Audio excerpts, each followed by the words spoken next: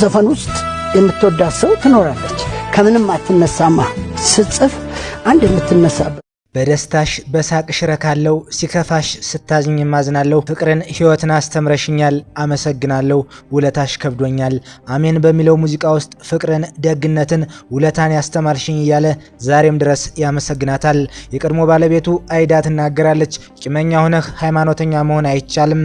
በፊት የምለው እኔና ነዋይ ተለያይተናል፣ ግን አልተፋታንም ነበር። አሁን ደግሞ ተፋተናል፣ ግን አልተለያየንም። ልንለያይ አንችልም። ወልደናል። አሁን እርሱ የራሱ ቤተሰብ አለው።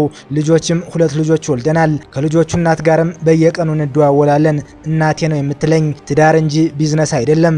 አሜሪካን ሀገር ከሚስቱና ከልጆች ጋር ቢመጣ አልጋዬን እለቃለሁ። ቂመኛ ሆነህ ሃይማኖተኛ መሆን አይቻልም።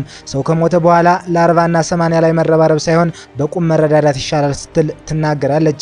የዝግጅታችን ተከታታዮች ድምፃዊ ነዋይ ደበበ ስለ ቀድሞ ባለቤቱና ስለ ቀድሞ ጠቅላይ ሚኒስትር መለስ ዜናዊ የተናገራቸውን አነጋጋሪ ጉዳዮች እንነግራችኋለን። ቻናላችንን ላይክ እና ሼር ሰብስክራይብ በማድረግ አብራችሁን ቆዩ። በጽናት ኢትዮጵያ ሆኜ ለ10 ዓመት አይዳን ጠበቅኳት። ከካናዳ ኢትዮጵያ መምጣት አልቻለችም። ባለቤቴን ልጆችን አስቤ የዘፈንኩት አሜን ነው። አሜን የአይዳ ዘፈን ነው።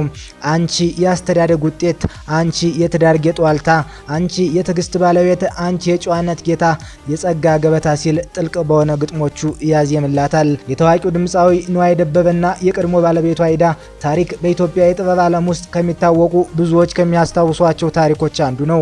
ነዋይ ደበበ 1980ዎቹ መጨረሻና 1990ዎቹ መጀመሪያ ላይ ካወጣቸው በርካታ ስራዎች ጀርባ ለአይዳ ያለው ፍቅር እንደ መነሻ ይነሳል። በተለይም አይዳ የተሰኘውና እጅግ ተወዳጅ የሆነው ዘፈን ለሷ የተዘፈነ እንደሆነ ይታወቃል። ነዋይና አይዳ ለተወሰኑ ዓመታት በትዳር አብረው የቆዩ ሲሆን በወቅቱ በነበረው የጥበብና የዝና ጫፍ ላይ የነበሩ ጥንዶች ነበሩ። ጥንዶች ከተወሰነ የትዳር ቆይታ በኋላ በስምምነት መለያየታቸው ይታወቃል። ነዋይ ደበበ በተለያዩ ቃለ መጠየቆች ወቅት ስለ አይዳ ሲጠየቅ አሁንም ድረስ ትልቅ ክብር እንዳለውና ለጥበብ ስራዎቹ መነሳሳት ትልቅ ድርሻ እንደነበራት ይገልጻል። አይዳ በአሁኑ ወቅት በውጭ ሀገር አሜሪካ የሚታወቅ ሲሆን ነዋይ ደበበ ደግሞ በኢትዮጵያ ውስጥ የሙዚቃ ስራዎች ማህበራዊ ተሳትፎችን በመቀጠል ላይ ይገኛል። ነዋይ ደበበ በሐመር ባኮ የተወለደ ሲሆን እድገቱ ግን በተለያዩ የኢትዮጵያ ክፍሎች ነው። በአሰላ፣ አዋሳና ወላይታ ሶዶ የኖሩ ሲሆን ነዋይ ለሙዚቃ ያለው ፍቅር የጀመረው አሰላ ከተማ በሚገኘው በራስ አንዳርጌ የሁለተኛ ደረጃ ትምህርት ቤት ተማሪ እያለ ነው። መምህራን ነዋይ ለሙዚቃ ፍቅር እንዲኖረው በተለያዩ መንገድ ድጋፍ አድርገዋል። በውጤቱም ነዋይ በከፍተኛ ሁለተኛ ደረጃ ተማሪዎች ባንድ ውስጥ እንዲያሳይ ሆኗል። ነዋይ በሁለተኛ ደረጃ ትምህርት ቤት ውስጥ ችሎታውን ካዳበረ በኋላ የሙዚቃ ህይወቱን ለማሳደግ ወደ ዋና ከተማዋ አዲስ አበባ ሄደ። በአዲስ አበባ የአምባሳደር ቲያትርና የራስ ቲያትር ባህላዊ ባንድን ተቀላቀለ። 1970ዎቹ ነዋይ ደበበ ማዕበል ነው የተሰኘውን በህዝብ ዘንድ ብዙ ተወዳጅነትን ያተረፈ እሸት በላሁኝ፣ የጥቅምት አበባ እንዲሁም እኛው እንታረቅ የተሰኙ ሙዚቃዎችን ያካተተው የመጀመሪያ አልበሙን ለህዝብ አደረሰ። ነዋይ ከዛ በኋላ 5 የስቱዲዮ አልበሞችን ለህዝብ ያደረሰ ሲሆን ከሌሎች አርቲስቶች ጋር ደግሞ በተለያዩ አልበሞች ላይ ተባብሯል።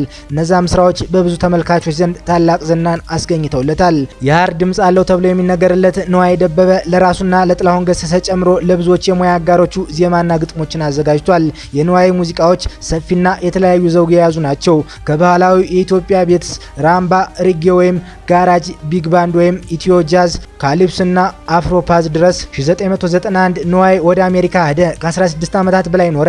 ነዋይ ሁለቱን አልበሞቹን አገሬን አልረሳምና የኔ ድሃ በነበረበት ጊዜ ያሳተመ ሲሆን እነዚህ አልበሞች በማዘጋጀት አበጋዝ ክብረ ወርቅ፣ ሄኖክ ተመስገንና ፋሲል ዋሃብ ተሳትፈዋል። ድምፃዊ ነዋይ ደበበ አነጋጋሪ ምላሽ የሰጠበት ጊዜም ነበር። አንጋፋው ድምፃዊ የዜማ ደራሲ ነዋይ ደበበ በቅርቡ ለታላቁ የኢትዮጵያ ህዳሴ ግድብ ምረቃ ስላወጣው ነጠላ ዜማውና ከዓመታት በፊት ለቀድሞው ጠቅላይ ሚኒስትር መለስ ዜናዊ ህልፈት አውጥቶ ስለነበረው የልቅሶ ዜማ አዳዲስና አነጋጋሪ አስተያየቶችንም ሰጥቷል። ነዋይ በአርቲስት ቲቪ ከአዳነች ወልደ ገብርኤል ጋር ባደረገው ቃለ መጠየቅ ለ120 ሚሊዮን ህዝብ ክብርና ለአንድ የጥበብ ሰው ለአባይ ግድብ ለመስፈን ስላልቻለ በ3 እና በ4 ቀን ውስጥ የተቀናበረ አዲስ ስራ ለምረቃው ማድረሱን ተናግሯል።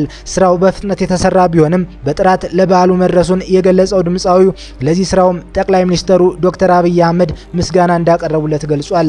በሌላ በኩል የቀድሞው ጠቅላይ ሚኒስትር መለስ ዜናዊ ሲሞቱ ስለዘፈነው የልቅሶ ዜማ ሲጠየቅ ሰው ይቅርና ወፍም ሲሞት ኢትዮጵያዊ ያለቅሳል በማለት ባህሉን ያስታወሰው ነዋይ ሆኖም ለዛ ዘፈን የኢትዮጵያ ሕዝብ መልሶ ይቅርታ እንደጠየቀ አረጋግጧል። ይቅርታ የጠየቀበትና የሚቆጨው ምክንያት ሲያስረዳም አሰብን ለካ ባደራ ያስረከቡት እሳቸው መሆኑን አሁን ነው በደንብ እየገባኝ የመጣው ብሏል።